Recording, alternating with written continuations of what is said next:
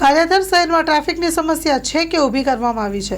ગારિયાધાર શહેરના વિકાસ માટે iconic road તો બનાવવામાં આવી રહ્યો છે, પરંતુ આ આઇકોનિક રોડ બનાવવા હાલ ડિવાઈડર બનાવવાનું કામ ચાલુ હોય ત્યારે કામ ચાલુ હોવાથી વાહનોને અવરજવર માટે રસ્તો એક માર્ગીય કરવામાં આવી રહ્યો છે, પણ આ એક માર્ગીય રસ્તાની સાઈડમાં વાહનો પાર્કિંગ હોવાથી વાહન ચાલકોને ભારે મુશ્કેલી પડી રહી છે અને આ મુશ્કેલી પડી રહી હોવા છતાં પણ તંત્ર દ્વારા કેમ કોઈ કાર્યવાહી કરવામાં નથી આવતી।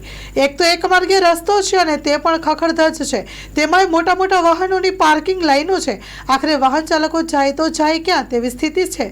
વિદ્યાર્થીઓ, વાહન ચાલકો, સ્થાનિકો તેમજ અરજદારો પસાર થવા માટે એક માર્ગીય રોડ તેમજ સાઈડમાં વાહનોની પાર્કિંગની લાઈનોથી હેરાન પરેશાન થાય છે। કોઈ અકસ્માતની ઘટના ઘટે તો જવાબદાર કોણ? શું આ એક માર્ગીય રોડ તેમાં વાહનોના પાર્કિંગ લાઈનો તંત્રને દેખાતા નહીં હોય? મૃત પ્રેક્ષક બની જાણી જોઈને ટ્રાફિક સમસ્યાનો તમાચો જોતું હશે।